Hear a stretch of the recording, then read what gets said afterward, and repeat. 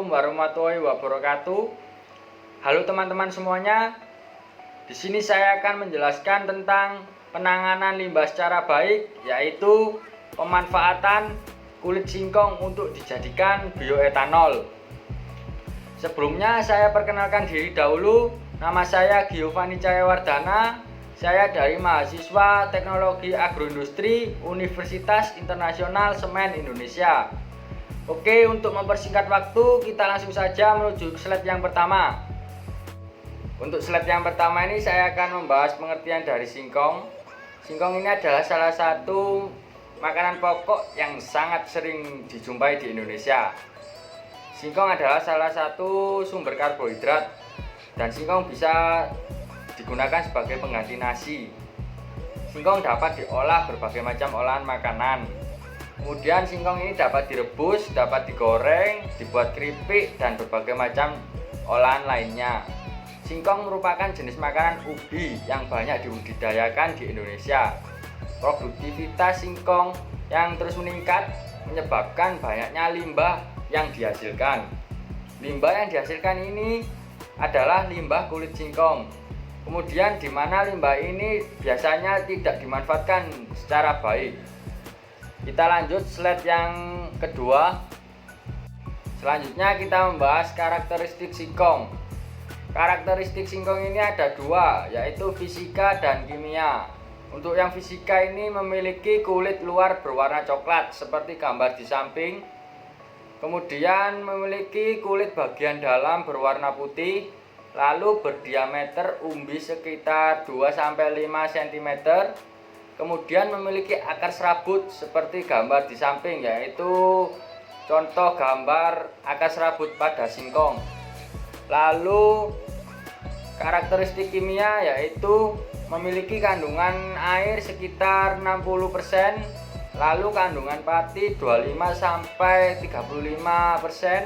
kemudian memiliki kandungan serat, dan terakhir memiliki kandungan protein. Untuk analisa potensi limbah, yaitu secara kualitatif, kulit singkong ini biasa digunakan untuk pakan ternak dikarenakan memiliki kandungan protein dan juga bisa digunakan untuk bahan dasar pembuatan bioetanol.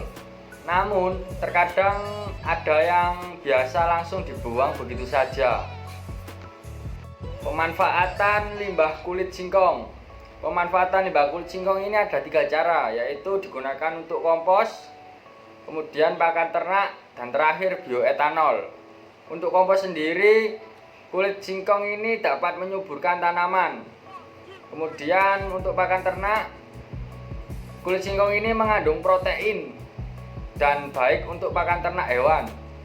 Lalu yang terakhir bioetanol.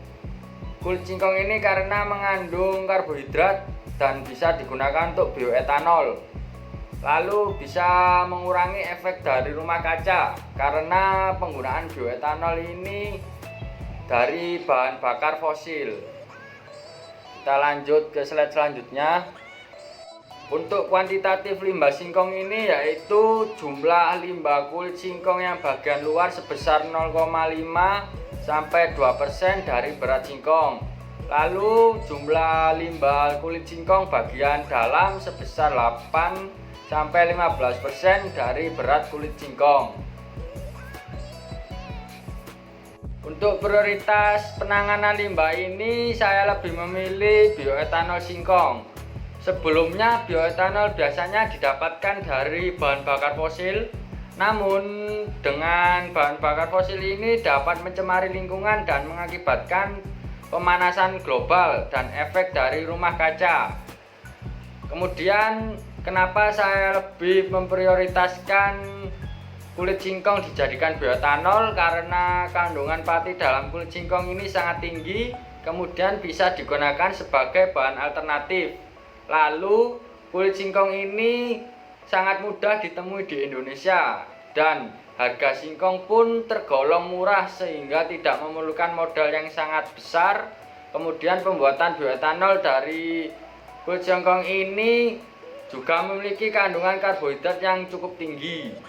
Selanjutnya kita akan membahas tentang Badan Pusat Statistik untuk produksi singkong di Jawa Timur. Jadi ini tampilan dari data produksi singkong tahun 2015 di Indonesia menurut Badan Pusat Statistik. Saya ambil dari Provinsi Jawa Timur. Pada 2015 yang lalu, Provinsi Jawa Timur memproduksi singkong sebesar 3.161.000 ton. Kemudian untuk luas tanam singkong di Jawa Timur ini adalah 120.000 hektar dengan limbah kulit singkongnya itu sekitar 438.000 ton sampai 584.000 ton. Data yang saya ambil ini yaitu dari website internet. Untuk selanjutnya saya akan membahas untuk cara kerja pembuatan bioetanol. Untuk cara kerja yang dikembangkan berupa transformasi langkah pembuatan bioetanol dari kulit singkong ini ada beberapa tahap. Yang pertama, tahap pendahuluan, yaitu rendam kulit singkong selama 3 hari, kemudian dipotong kecil-kecil. Selanjutnya keringkan kulit singkong dalam 5 hari. Kemudian haluskan kulit singkong, lalu ayak menggunakan 40 mesh. Selanjutnya masukkan kulit singkong ke dalam oven selama 2 jam dan kemudian panaskan pada suhu sekitar 105 derajat Celcius. Selanjutnya kita akan memasuki tahap delignifikasi. Untuk tahap delignifikasi yaitu pertama kita masukkan serbuk kulit yang sudah diayak 180 gram ke dalam Erlenmeyer. Selanjutnya tambahkan Aquades sebanyak 2,16 liter dan NaOH sekitar 10% sebanyak 250 ml.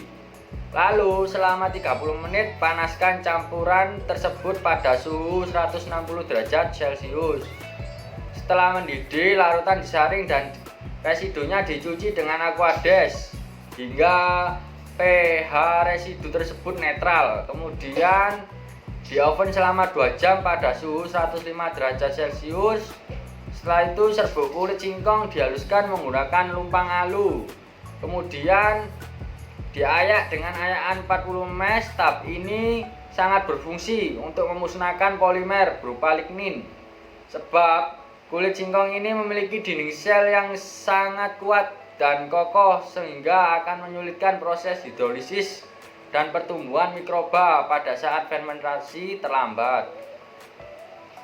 Lalu delignifikasi ini menyebabkan perubahan warna dan coklat menjadi coklat tua. Untuk selanjutnya kita masuki tahap hidrolisis. Sekarang kita memasuki tahap hidrolisis. Yang pertama kita timbang 15 gram serbuk kulit singkong hasil ayakan dengan 4 perlakuan yang berbeda. Kemudian serbuk pertama kita tambahkan larutan HCl 15%. Serbuk kedua HCl 7%. Ketiga H2SO4 15%. Keempat H2SO4 7% dan masing-masing 180 ml. Kemudian selama 2 jam panaskan masing-masing campuran pada suhu 100 derajat Celcius. Selanjutnya campuran tersebut disaring menggunakan kertas saring, lalu diukur kadar glukosa pada filtrat menggunakan spektrometer UV vis. Untuk mengukur kadar glukosa menggunakan metode Entron dengan pereaksi Entron. Selanjutnya kita akan membahas tahap fermentasi. Selanjutnya kita masuki tahap fermentasi. Pertama kita ambil filtrat sebanyak 160 ml. Kemudian agar pH-nya menjadi 4,5 maka ditambahkan NaOH 6M. Selanjutnya ditambahkan amonium sulfat dan NH3SO4. Masing-masing adalah 14 gram. Kemudian filtrat dipasteurisasi selama 15 menit dengan suhu 80 derajat Celcius. Lalu campuran tersebut diberi ragi sebanyak 14 gram.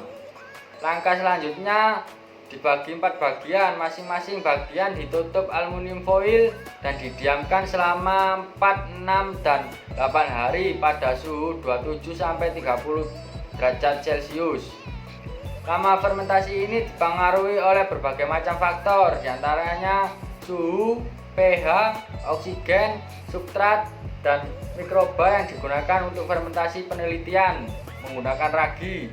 Karena dalam waktu 72 jam ragi membentuk alkohol dengan kadar 2%.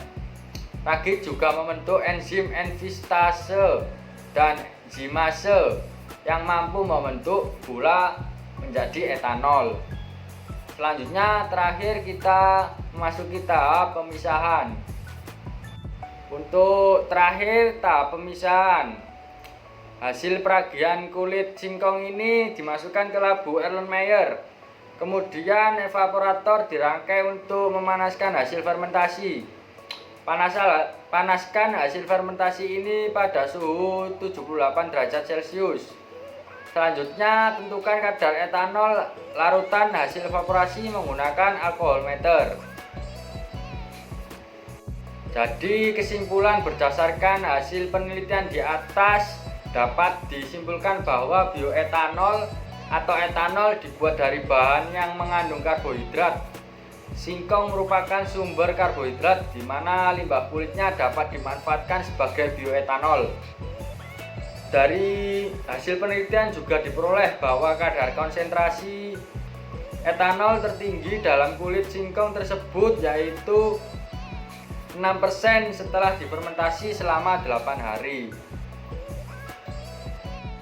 Sekian penjelasan dari saya, semoga video ini bermanfaat untuk teman-teman semuanya. Terima kasih. Jika ada salah kata, mohon maaf. Wassalamualaikum warahmatullahi wabarakatuh.